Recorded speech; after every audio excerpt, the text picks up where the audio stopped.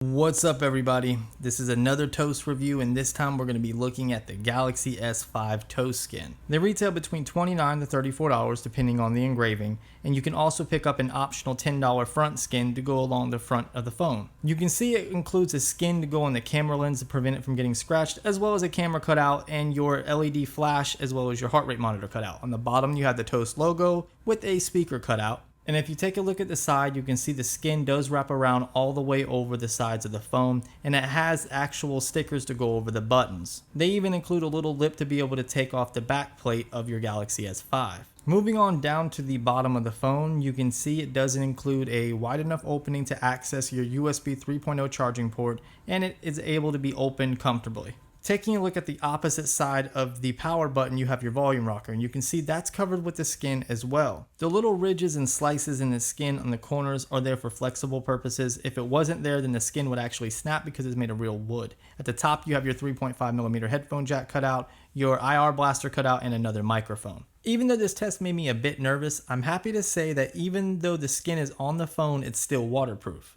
I recommend though going over and giving a thorough check of the backplate to make sure it is snapped in good, because the skin can interfere with the closing of the backplate if it's not put on properly. The only reason why the screen is kind of doing some funky things right now is because it's still a touch capacitive screen, and with the water pressure and the water hitting it, it's causing the screen to slide back and forth between pages. The skin does not interfere with the usability of the heart rate monitor, so you don't need to worry about it interfering with the function of the heart rate monitor if you're one of those people that like to use that feature. I absolutely love the way this phone feels in the hand with the skin on it. It gives you some decent protection. It's going to give you excellent protection against scratches and minor drops without adding a significant amount of bulk to it. And in case you haven't been able to tell, I like wood products. I like wood cases, I like wood skins, I like the Moto X with the custom wood back. It just feels very natural to me, and that's the kind of feel I like sometimes when I'm holding the phone in my hand. It kind of gives the Galaxy S5 more of a premium feel, and away from that faux leather back that's actually made of plastic, or even that fake aluminum bezel or aluminum trim around the side of the phone that's supposed to give you more of a classy look, when really all that is plastic as well. This is actually made of real wood, so it's going to give you a very authentic feeling in your hand. But I will say that sometimes the adhesive just doesn't want to stick. And when this happens, you can take a blow dryer or a heat gun and heat up the adhesive, and it should stick right back on. If you're a fan of rounded edges like the Galaxy S5 has without a skin on it, you may not like this skin. This skin has very sharp edges. They're not going to cut you. That's not what I mean by sharp. I just mean by a very straight edge. So you're going to feel the edges a lot more than the Galaxy S5 without a skin. You can see the button stickers are easily removed, and it's imperative that you actually put them on. It's not just an option, because if you don't put them on, you can see the buttons are very recessed and they're almost unusable with the skin on it unless you put the button stickers on. Now, as I said in the beginning, they did leave the little lip open so you can remove the back of the phone, and you can see the back removes easily. And I did have a couple water drops in there. I'm not sure if they leaked in or if they just splashed in off the back plate when I removed it.